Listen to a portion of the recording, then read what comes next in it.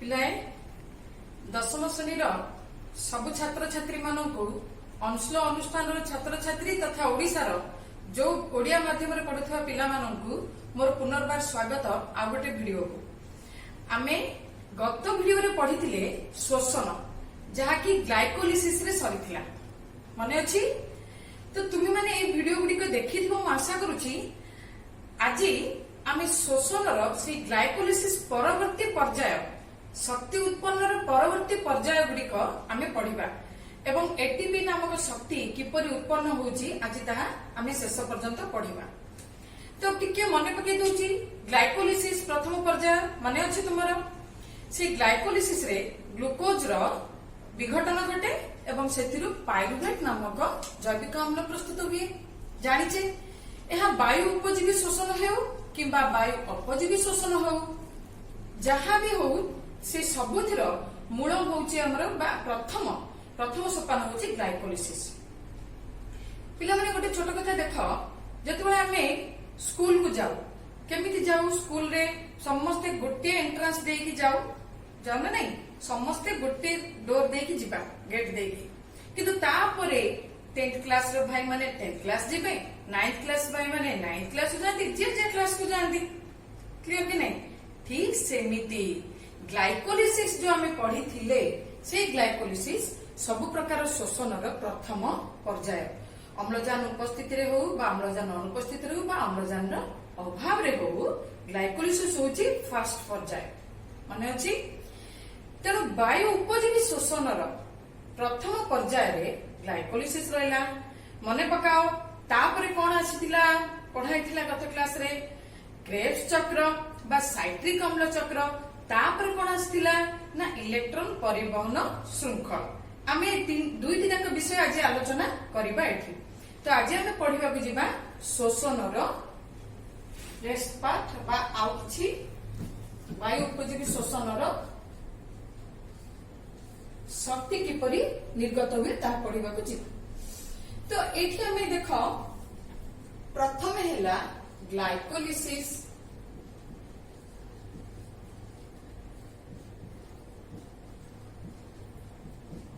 Okay तापर आसीबो citric अम्ल चक्र साइट्रिक अम्ल चक्र जहाको आमे कौन कहबा और कौन कहबा क्रेब्स चक्र क्रेब्स साइकिल। तापरे एही वायु उपजीवी शोषण शेष पर्याय हबो इलेक्ट्रॉन परिवहन श्रृंखल इलेक्ट्रॉन परिवहन श्रृंखल। तो इलेक्ट्रॉन परिवहन श्रृंखल सरिले हमर वायु उपजीवी शोषण सरिबो। तो पिला माने ग्लाइकोलिसिस रा आधार कोटा कहला देखिबा माने अछि कोष जीवक ग्लाइकोलिसिस रा आधार हला कोष जीवक। ठीक सेमिति साइट्रिक अम्ल चक्र रो आधार कोटा कहला माइटोकॉन्ड्रिया रो कोन मैट्रिक्स माइटोकॉन्ड्रिया रो मैट्रिक्स। सेही परि इलेक्ट्रॉन परिवहन श्रृंखल रो आधार कोटा ना माइटोकॉन्ड्रिया रो अंतःझिल्ली माइटोकॉन्ड्रिया रो अंतःझिल्ली। तो ए प्रक्रिया गुडी को आधार रे हबा हमें जानिले। ओके एबे आउ टिके देखिबा ग्लाइकोलिसिस रु कोन उत्पन्न हुए हमें पढिथिले ग्लाइकोलिसिस रु पाइरुवेट कोन उत्पन्न हुए पाइरुवेट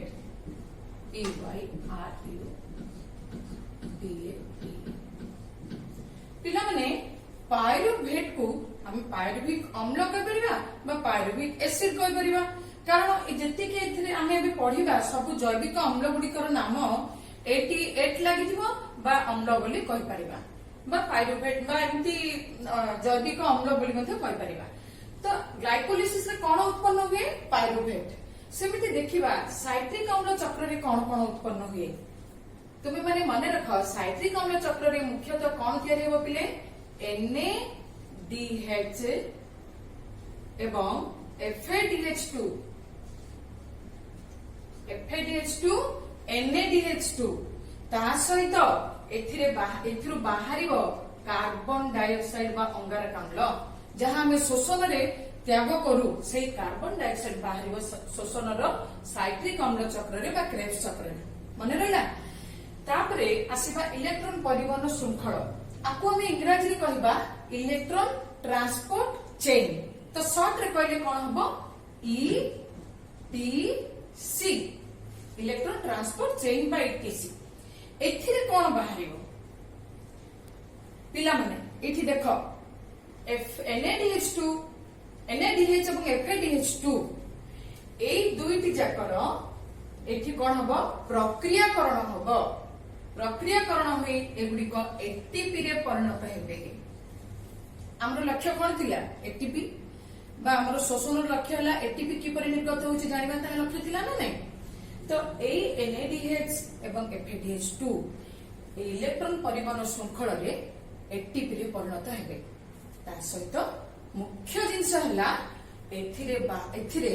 ଅମ୍ଳଜାନର ବିନିଯୋଗ ହବ। ଯେଉଁ ଅମ୍ଳଜାନ ଆମେ ଶୋଷଣ ପ୍ରକ୍ରିୟାରେ ଜାରଣରେ ବ୍ୟବହାର ହୁଏ ବୋଲି କହୁ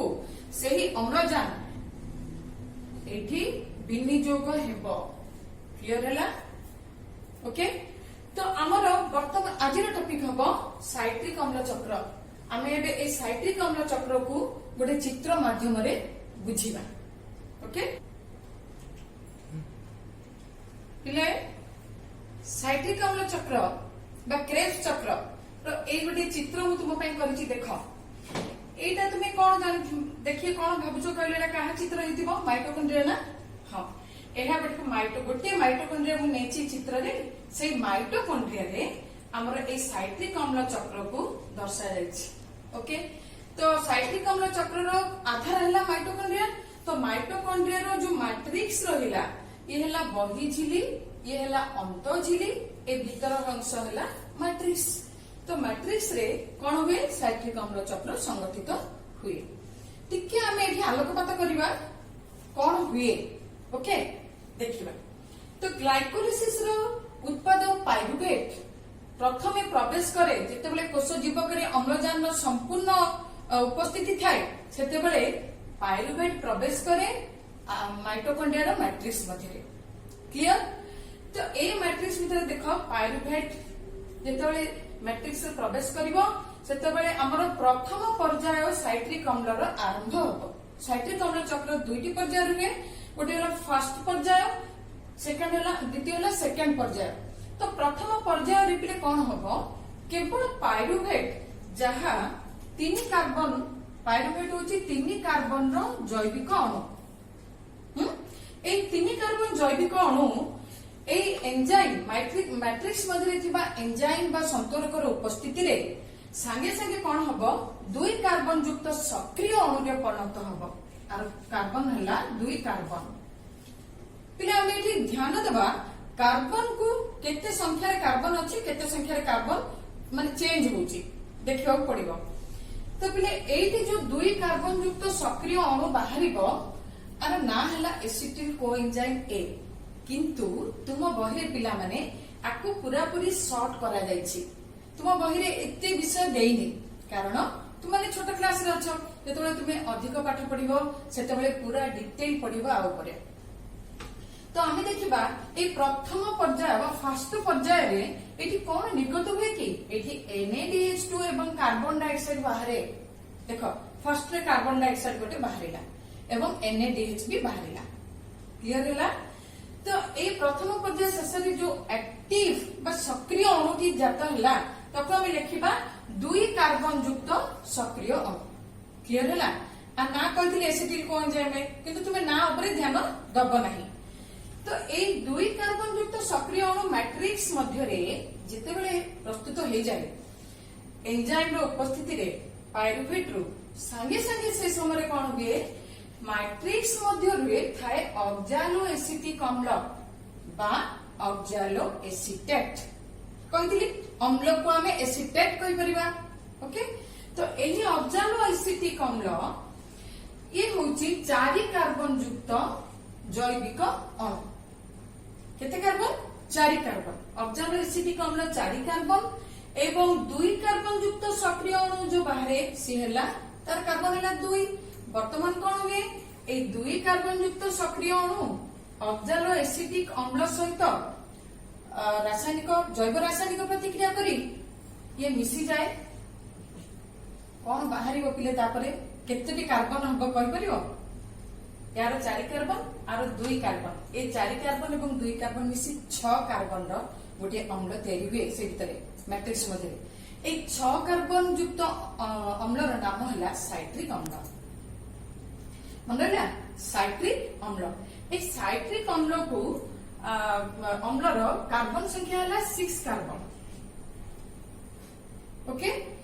ए साइट्रिक अम्ल एठी सृष्टि हैला तापरे देखिबो साइट्रिक अम्ल परे पुनर्बार आउ थरे साइट्रिक अम्ल तैयारी हुए एमिति चक्राकार रे ए चक्र माइटोकॉन्ड्रिया रो मैट्रिक्स रे संगठित होइथाय तेणु ए चक्र रो नाम हला साइट्रिक अम्ल चक्र जेहेतु प्रथमे उत्पन्न हला को अम्ल साइट्रिक अम्ल फर्स्ट उत्पन्न हला 2C एवं 4C मिसी साइट्रिक अम्ल रो उत्पन्न जोगु यार नाम हला साइट्रिक अम्ल चक्र एहाकू TCA चक्र बा TCA साइकिल भी कहंती TCA कोन सेटा ना tri carboxylic acid cycle तीनोटी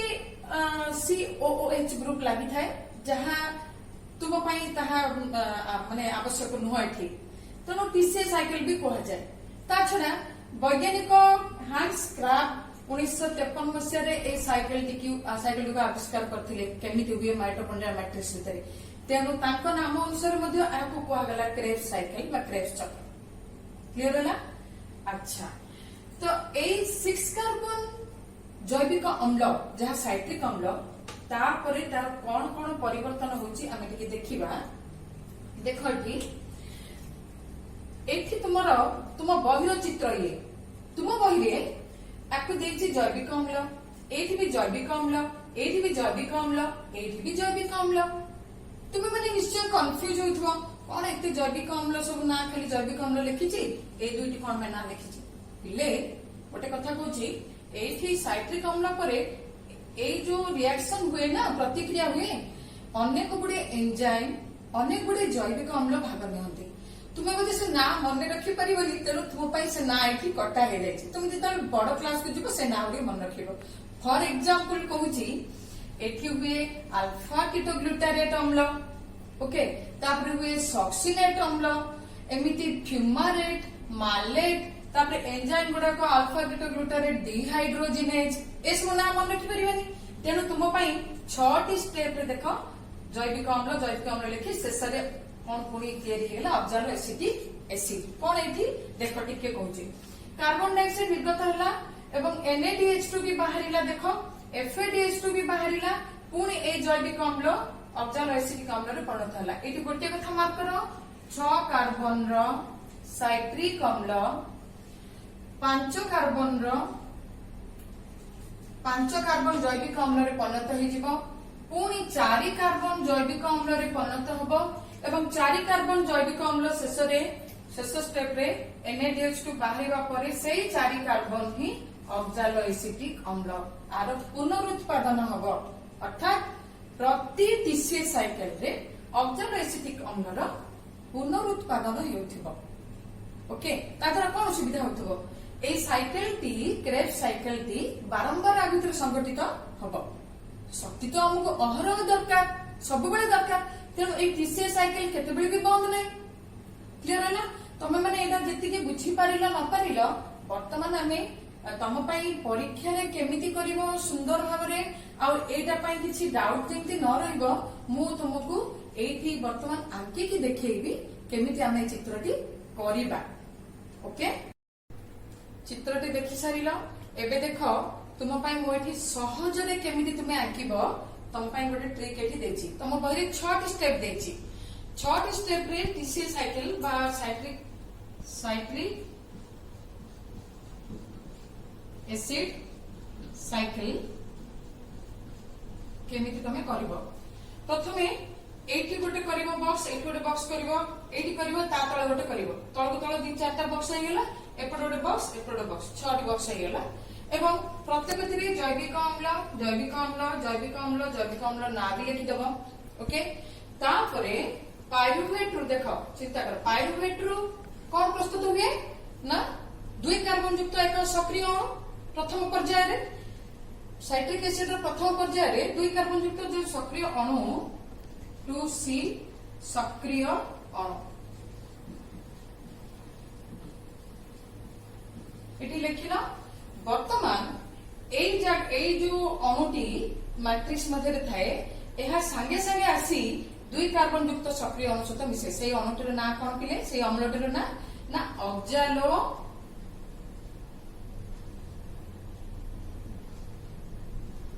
acetic acid ऑक्जालो acetic acid न लिखिकी मध्ये आमे कोन कर परिबा ओ ए शॉर्ट फॉर्म ओ ए लिखि वर्तमान देखो आ भितरे आमे तीर चिन्ह देबा एई सक्रिय अणुटी एटी आसी प्रवेश करिवो आ सहित मिसिबो ओके ऑक्जालो एसिटिक एसिड एवं 2 कार्बन युक्त सक्रिय अणु मिसी माइटोकॉन्ड्रिया मैट्रिक्स भितरे एटी प्रस्तुत होबो तयारी होबो साइट्रिक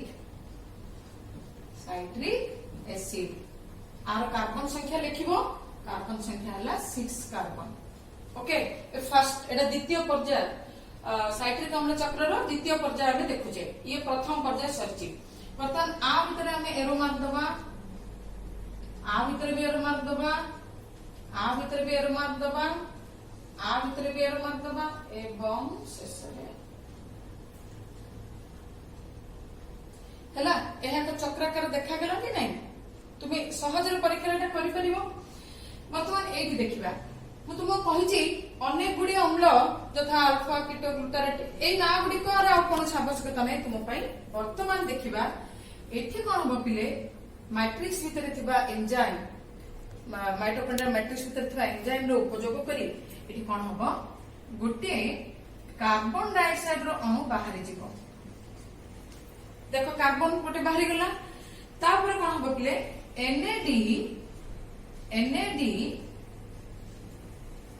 NADH को विजारित हम ओके NADH को विजारित हम नेक्स्ट स्टेप रे जो जैविक अम्ल आसीबो सेथरो गोटे कार्बन माइनस हम जेहेतु गोटे कार्बन आमे इथरो बाहरी जाई कार्बन डाइऑक्साइड तो एठी आसीबो ए जैविक अम्ल 5C 5 कार्बन युक्त हबो तुमे बुझिबा पई सेठी लेखिबा को पड़िबो 5C वर्तमान पुणी से माने अन्य एक जैविक संतरक साहाय्य जैविक अम्लर विजारण हम जोटा कि पुणी गोटे कार्बन डाइऑक्साइड बाहरी जीव CO2 पुणी गोटे कार्बन डाइऑक्साइड बाहरी जीव एवं एठारे NADH को विजारित हम बुझी पारछो तो कारण से हाइड्रोजन संयोग हला ओके तो NADH को विजारित हला तो कार्बन संख्या केते हो एठी एई अम्ल आसला बेले कार्बन संख्या केते हो कहि परियो 4 हो ना निश्चय एठी हो 4C देखो कार्बन कमी कमी आसला 4C वर्तमान आ कार्बन संख्या कमिबो नाही एई 4 कार्बन युक्त जैविक अम्ल तार एंजाइम द्वारा प्रक्रियाकरण ही आ गोटे जैविक अम्ल सेटा साइट्रेट मैलेट एउडाक परिणत हबो पुणी आ गोटे जैविक अम्ल हबो एई शेष एठी कोन हबो FAD जो हमर सहकारक अछि से FAD कोन हबो FADH2 FAD जहाँ मैट्रिक्स मध्य थाए ता FADH2 सहकारक एंजाइम बा सहकारक रे परिणत हुए सहकारक अणु तापरे आउ गोटे रहिला NAD पुणी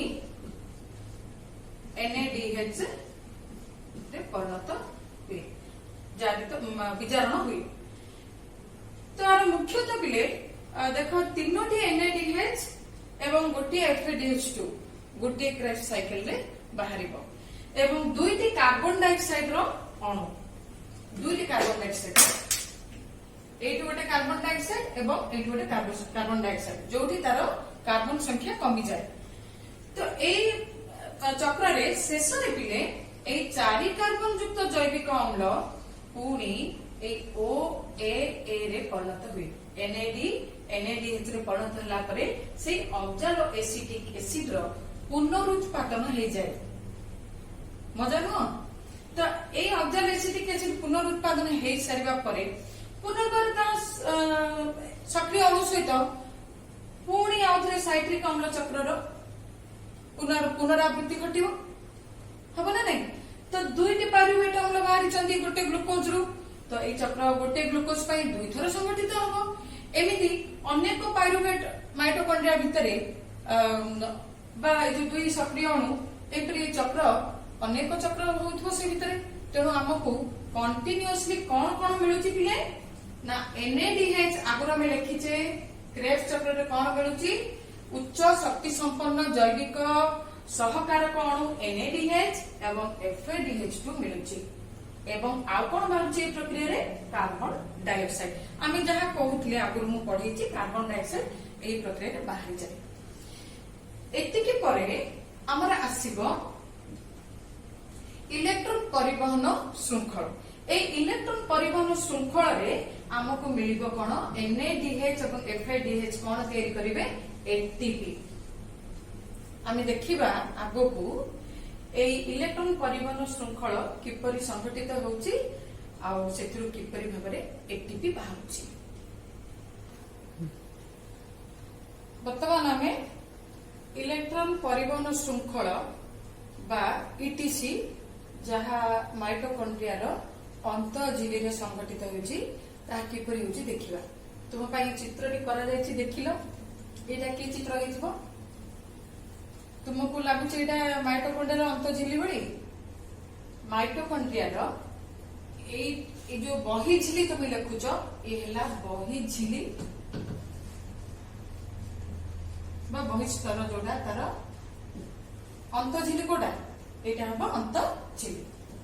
राइट अंत झिल्ली। अच्छा 2 झिल्ली भितरे किछि स्थान देखुच तो ए स्थान आमे आगरो माइटोकॉन्ड्रिया चित्र रे देखिजे तो ए स्थान को कहै जिवो अंत झिल्ली स्थान। कोन कहै जिवो अंत झिल्ली स्थान। ताले वर्तमान को मैट्रिक्स को साइड रहइबो जो आधार माइटोकॉन्ड्रिया रो को साइड रहइबो एठी रहइबो ने कि ये हला मैट्रिक्स। तो मैट्रिक्स रे कौन कौन तयारी हिची आगरु क्रेब्स चक्र रे ना NADH एवं FADH2 NADH एवं FADH2 तयारी हे सरची एवं कार्बन डाइऑक्साइड भी बाहर सरची। तो NADH2 एवं FADH2 एई जो उच्च शक्ति संपन्न सहकारक अणु गुड़िकर जारित होइचंती एमानकर विचारण हेकि तयारी होइचंती ए अणु गुड़िक ए अणु गुड़िक माइटोकॉन्ड्रिया रो अंत झिल्ली रे जारण हबो एमानकर एवं कोन तयारी हबो ATP बाहरिबो। हमर मुख्य लक्ष्य हला ATP कारण आमे जानिचे जे हमर वायु उपयोगी शोषण रे 38 ATP बाहरुची 38 ATP बाहरुची एवं अपयोगी शोषण रे 2 ATP बाहरुची। ओके आर कैलकुलेशन नाही तथापि आमे देखिबा पड़े ATP केमती बाहरिला एठो। तो NADH देखो ए जो एला अंत झिल्ली रे मु तुम पई केतोटी एठी कोन हेची देखो ए गुडा को तुमे जानिनो कोन एगुडा होची प्रोटीन कॉम्प्लेक्स बा हमर विभिन्न प्रकार एंजाइम सहित विभिन्न प्रकार प्रोटीन रो कॉम्प्लेक्स गुडा को एगुडा को प्रोटीन कॉम्प्लेक्स। ये गोटे कॉम्प्लेक्स ये गोटे प्रोटीन रो अणु ये गोटे प्रोटीन रो अणु एगुडी को कहा जाय इलेक्ट्रॉन वाहक अणु एमाने हेले इलेक्ट्रॉन वहन करिवे बा परिवहन करिवे। ओके सेमिति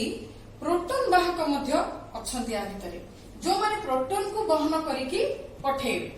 ट्रांसपोर्ट करिवे पठेइबे। आमे टिके देखिबा ए इलेक्ट्रॉन वाहक अणु रो काम कोन एठी जेतेबेले NADH सहकारक प्रस्तुत हो सारिबो प्रथमे से आसीबो कोन एई ग्राहक सॉरी ताको कहे बाहक इलेक्ट्रॉन बाहक ए अणु गुड़िक माइटोकॉन्ड्रिया रो अंतःझिल्ली रे थांती ए बाहक अणु कोन करिवो देखो NADH जेतोले प्रवेश NADH रो संस्पर्श रे आसीबो से कोन करिवो NAD तयारी कर दबो NADH रु NADH बाहक अणुर संस्पर्श रे संगे संगे आसीबो एवं NAD रे पुनर्बार से जारित हो जिवो ओके એટલે એ પ્રક્રિયા રે કોણ બાહારીબો એટલે H+ બાહારીબો આउ ઇલેક્ટ્રોન બાહારીબો H+ ହେଲା प्रोटॉन आउ गोटे इलेक्ट्रॉन निश्चित गोटे रासायनिक प्रतिक्रिया हला जैव रासायनिक प्रक्रिया रे इलेक्ट्रॉन कहा को जीवो एई बाहक अणु को इलेक्ट्रॉन जीवो बुझि परलो तो ए बाहक अणु कोन करिवो एई इलेक्ट्रॉन को ता मध्य रे स्थानांतरण करिवो इलेक्ट्रॉन को ओके सेमिति एठी के आसीबो इलेक्ट्रॉन तो इलेक्ट्रॉन रो एपरि गति रहिबो परिचालन हबो एई माइटोकॉन्ड्रिया रो अंतःझिल्ली भितरे एक्जेक्टली ए समय भितरे कोन हुए ए प्रोटॉन ए जो प्रोटॉन बाहरी थाए H+ आयन ए प्रोटॉन मध्य एठी थिबो प्रोटॉन बाहक आ मध्य दे पहुंची जिवो एठी कोठी आसला ना अंतःझिल्ली स्थान मध्य को प्रोटॉन मध्य चली आसे NADH सरीला वर्तमान देखला FADH2 फ्लैविन एडेनाइन डाइन्यूक्लियोटाइड एटा जो हमरो FADH2 ये भी कोन करे ये गोटे ये एठी के आसिला कोठी की बाहा कोन एथुर भी गोटे इलेक्ट्रॉन बाहरी जीवो FADH2 रु गोटे इलेक्ट्रॉन बाहरी से भी FAD रे परिणत पुनर्बार जारित हो जीवो FAD रे जारित हो जीवो तो FADH2 FAD रे जारित होला बेले इलेक्ट्रॉन दान करिवो इलेक्ट्रॉन ग्रहण करिवो बाहा कोन इलेक्ट्रॉन बाहा कोन इलेक्ट्रॉन ग्रहण करिवो ओके ए भितरे ए जो कॉम्प्लेक्स भितरे से इलेक्ट्रॉन रो मूवमेंट हबो एवं ए अंतःझिल्ली रे तार परिचालन हबो तापर एमाने कोन करिवे थर्ड इलेक्ट्रॉन देबे आको ओके वर्तमान तृतीय बाहक अणु पाखकु नेक्स्ट बाहक अणु पाखकु इलेक्ट्रॉन चली जाए तो ए परिचालन समय रे एबे कोन हबो किछि एठु भी किछि हाइड्रोजन आयन मैट्रिक्स मध्य एठी किछि हाइड्रोजन आयन गति करत ओके तो से भितर हम जीवानी कहार हाइड्रोजन FADH हाइड्रोजन जीव कि NADH आमे एतिक जानिबा जे मैट्रिक्स रु FADH रो जारण हुए FAD परिणत हुए NADH जारण हुए NAD रे परिणत हुए एवं इलेक्ट्रॉन रो बाहक अणु द्वारा माइटोकॉन्ड्रिया रो अंतःझिल्ली मध्य इलेक्ट्रॉन रो परिचालन हुए एवं तुमको एठी गोटे माने बहुत गुरुत्वपूर्ण कथा हला ए इलेक्ट्रॉन शेष रे कोन हबो जानिछ बिले आमे एतबेला पर्यंत कहउथिले जे अम्लजान रो नियोजन हुए किंतु वर्तमान एतो शेष पर्यंत आमे जानिना अम्लजान कोठी नियोजित हुए एई माइटोकॉन्ड्रिया रो मैट्रिक्स मध्य रे थिबा द्रवीभूत अम्लजान जो अम्लजान द्रवीभूत होई थिला सेही अम्लजान को ए कोन करिवो इलेक्ट्रॉन बाहक अणु इलेक्ट्रॉन दान करिवो बा इलेक्ट्रॉन ग्रहण करिवो अम्लजान ग्रहण करी ता सहित प्रोटॉन सहित मिसी से कोन करिवो H2O प्रोड्यूस करिवो बा H2O तयारी तो अम्लजान कोठी थिला माइटोकॉन्ड्रिया मैट्रिक्स भितरे इलेक्ट्रॉन कोठु ग्रहण करिवो ना बाहक अणु रे इलेक्ट्रॉन ग्रहण करिवो क्लियर हला तो अल्टीमेटली किए अम्लजान किए इलेक्ट्रॉन ग्रहण कला अम्लजान मन ना तो अम्लजान इलेक्ट्रॉन ग्रहण करी जल रे परिणत हबो H2O रे एहा ही सबटु गुरुत्वपूर्ण कथा मन रख एतिकी रे सरनी पिले जल सृष्टि हे सारिला किंतु पुणी गोटे इम्पोर्टेंट पॉइंट गोटे बाकी अछि कोन ना एटीपी से एटीपी कोठु बाहरी एठी देखो जेते बेले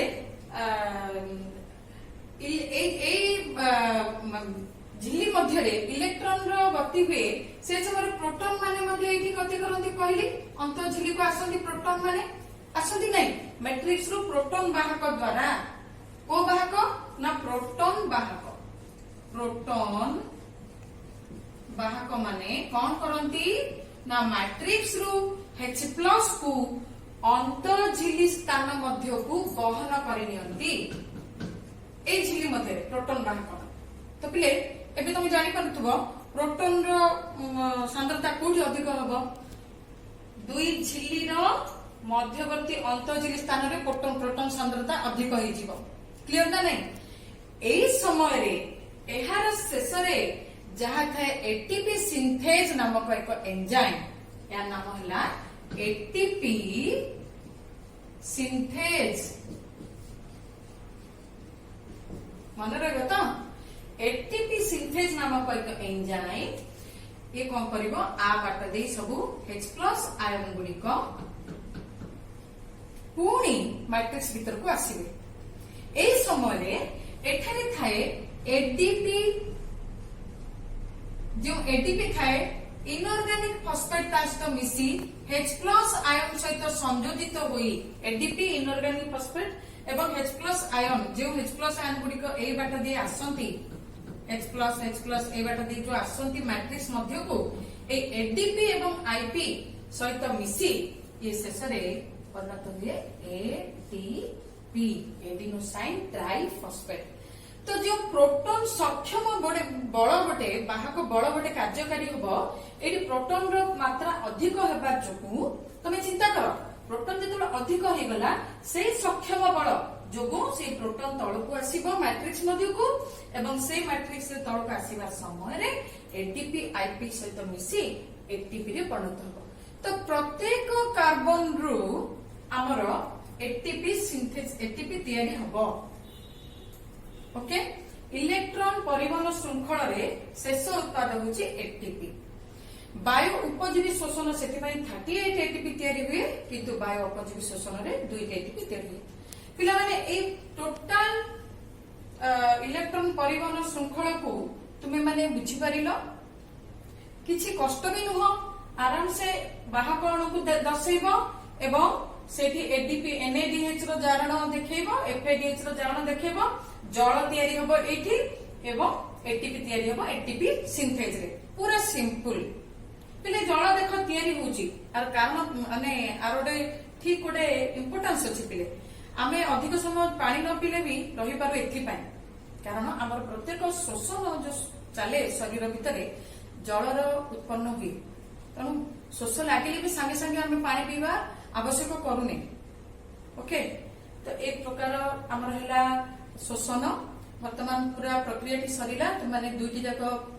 ये वीडियो देखिबो, आ किछि डाउट रहले पचारिबो आगको। Okay, bye bye.